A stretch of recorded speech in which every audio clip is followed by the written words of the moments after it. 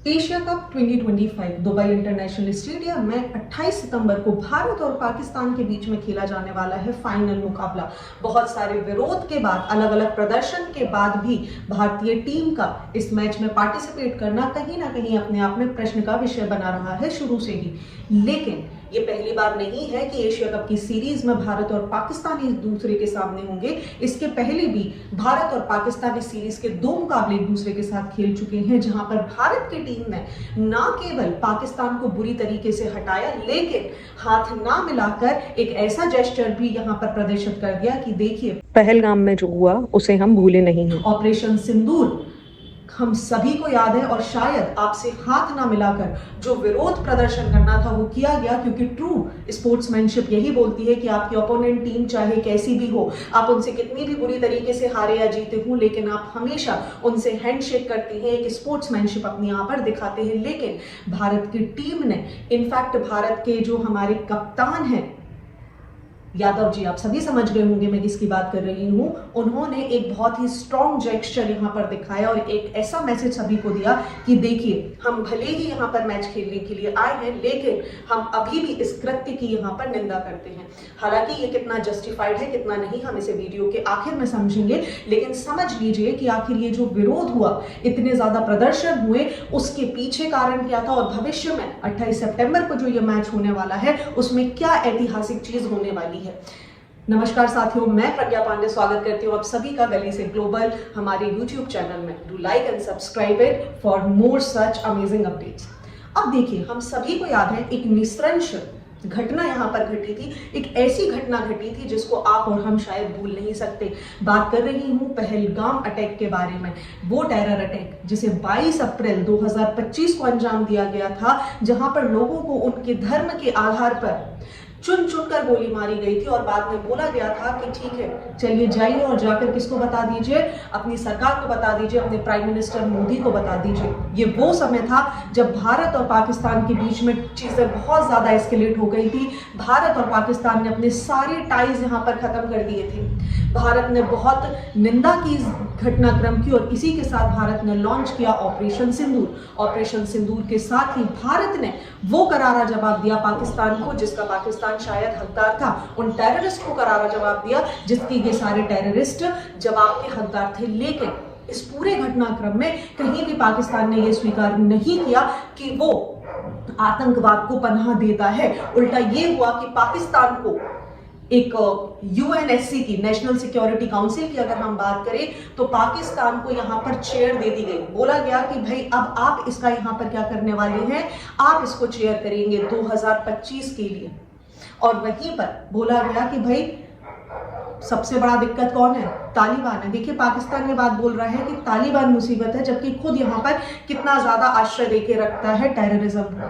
हालांकि इसी के साथ सिचुएशन ऐसी हो गई कि भारत ने सारे Pakistani channel, actor, actress, social media account सभी को बंद कर दिया। बदले में जवाब देते हुए पाकिस्तान ने भी सेम कार्यवाही करी और इसी के साथ भारत को पता चला कि कितना बड़ा लूप होल है हमारी नेशनल सिक्योरिटी में। जब हमें पता चला कि भारत में ऐसे लोग भी पाकिस्तान से आके रह रहे हैं जिनके पास ना वीजा है, जो वीजा ऐसे भी हैं कुछ लोग जिनके वीजा एक्सपायर हो चुके हों और उनकी एक नहीं 5-5 पीढ़ियां भारत में यहाँ पर रह रही हैं।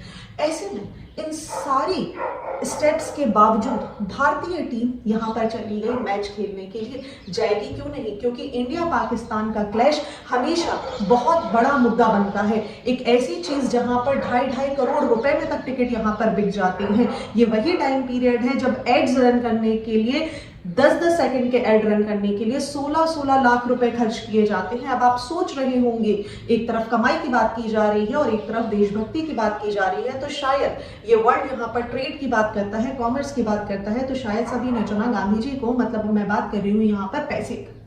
अब बीसीसीआई का बहुत ज्यादा क्रिटिसिज्म भी हुआ कि आपने ऐसा क्यों किया, तो बीसीसीआई ने एक स्टेटमेंट यहां पर रिलीज करते हुए बोला कि देखिए, इंडियन क्रिकेट बोर्ड इस पूरे घटनाक्रम की निंदा करता है और हम भी आपके ही साथ हैं। हमारे अंदर भी देशभक्ति उतनी ही है जितनी आपके अंदर है, लेकिन देखिए, एक गाइडलाइन होती है जिसके तहत हम अपनी पॉलिसी में ये बात करते हैं कि हम पाकिस्तान के साथ अगर 1-1 कोई मैच होगा तो बायलैटरल मैच नहीं खेलेंगे, लेकिन क्योंकि ये सीरीज है और इसमें अलग अलग देशों की टीमें भी पार्टिसिपेट करती हैं तो हम इसको खेलने के लिए जाएंगे।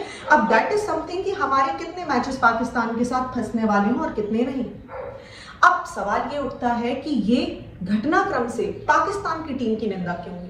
क्योंकि पाकिस्तान के 7 क्रिकेटर्स ने एंटी इंडिया रिमार्क्स को अपने सोशल मीडिया अकाउंट पर पोस्ट किया, और जिसमें अगर मैं बात करूं तो शाहिद अफरीदी, मोहम्मद रिजवान, इफ्तिकार अहमद, शोएब मलिक, रोमन रेस तो इसका पार्ट थे, लेकिन 2 ऐसे प्लेयर्स भी हैं जो इस समय एशिया कप की सीरीज को खेल रहे हैं और जिसमें सबसे शर्मनाक कृत्य करने वाला व्यक्ति था फहीम अशरफ। ये वही व्यक्ति है जिसने जिबली आर्ट एआई से जनरेटेड एक इमेज यहां पर जनरेट करी जिसमें पाकिस्तानी सोल्जर एक इंडियन महिला की मांग में सिंदूर भरते हुए दिखाई दे रहा है और कैप्शन में लिखा न्यू चैप्टर बिगिंस।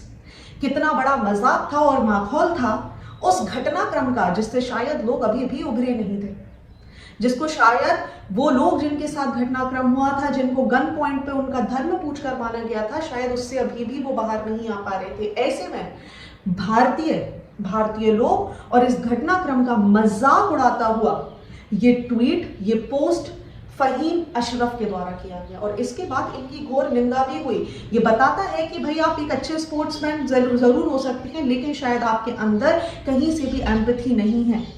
ठीक है, आप अपने देश के सपोर्ट में बात करिए, बाकी लोग भी अपने देश के सपोर्ट में बात करते हैं, भारत भी करता है, भारत के प्लेयर भी करते हैं। आप एक प्लेयर होने के पहले आप अपने देश के एक सिटीजन हैं, लेकिन एक रिस्पॉन्सिबल सिटीजन को क्या ये अधिकार है कि वो किसी के साथ हुए एक निस्वंश घटना का मजाक उड़ाए? क्या किसी महिला की डिग्निटी को उछाल देना, किसी महिला के आत्मसम्मान को इस तरीके से पब्लिकली ह्यूमिलिएट करना, क्या ये इस प्लेयर को शोभा देता है या नहीं? आप ही डिसाइड कीजिए। दूसरा ट्वीट यहाँ पर किया गया अबरार अहमद के द्वारा। हालांकि ये बहुत ज्यादा कंट्रोवर्शियल तो नहीं था, लेकिन इन्होंने इंडियन एयरफोर्स का मजाक उड़ाया। यहाँ पर बढ़िया हाथ में ये एक फैंटास्टिक टी ऐसा लेते हुए दिख रहे हैं और कुछ इस तरीके का स्टेटमेंट इन्होंने दिया। अब इसके बावजूद भी ये दोनों प्लेयर्स जाकर खेल रहे हैं भारत के खिलाफ एशिया कप 2025।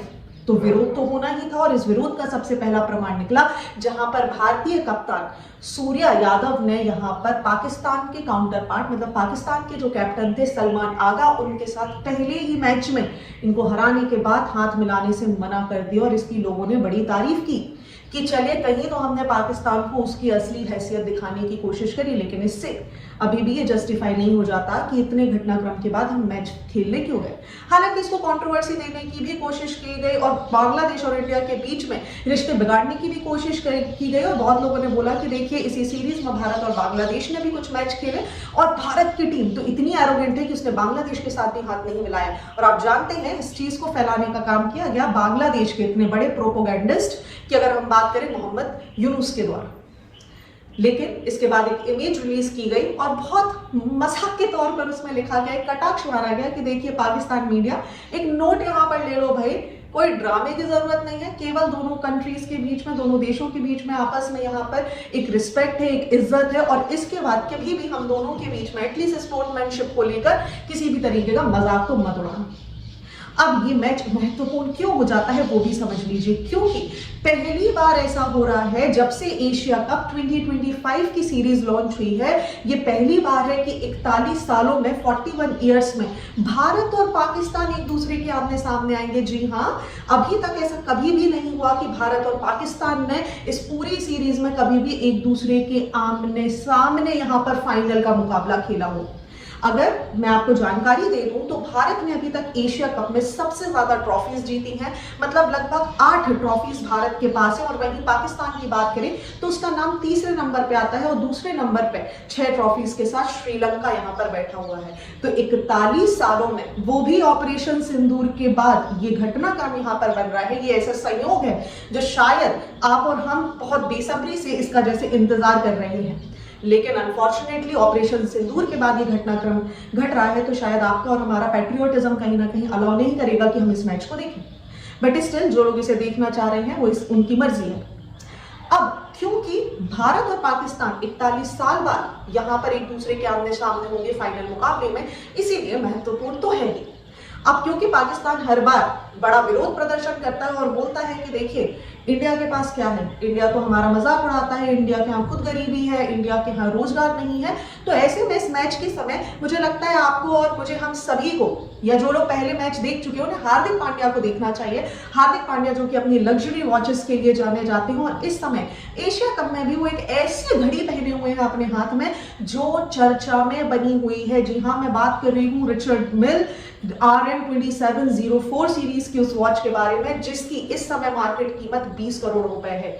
ऐसा अमाउंट जिसे शायद पाकिस्तान का कोई भी व्यक्ति इमेजिन नहीं कर सकता। मतलब half of the GDP is beholded by the Hardik Pandya himself alone, and this is not just one watch, he has collection of many watches। तो I think पाकिस्तान को यहाँ पर समझना जरूरी है कि भारत के लिए केवल और केवल इस मैच में पाकिस्तान को हराने का मकसद 2.6 करोड़ रुपीस जीतना नहीं है, जो कि बहुत मामूली सी रकम है। मैं बोल रही हूं ना आपको, ऐसे में हार्दिक पांड्या की 20 करोड़ की वॉच और एशिया कप की सीरीज का 2.6 करोड़ की फाइनल राशि, दोनों का कोई कंपैरिजन ही नहीं है। भारत के लिए शायद ये मुकाबला जीतना जरूरी है, क्योंकि जितने भारतीयों ने ये दुख सहा है इस अटैक की वजह से, जितने भारतीयों ने इस दुख से जो लोग गुजरे हैं, शायद उनको कहीं ना कहीं कुछ रिलीफ तो इससे जरूर मिलेगा, कोई सांत्वना तो मिलेगी। हालांकि ये सांत्वना मैचेस नहीं दे सकते, जिसने जो गवा दिया उसने गवा दिया और उसका जवाब ऑपरेशन सिंदूर से आई थिंक सभी को मिल गया था।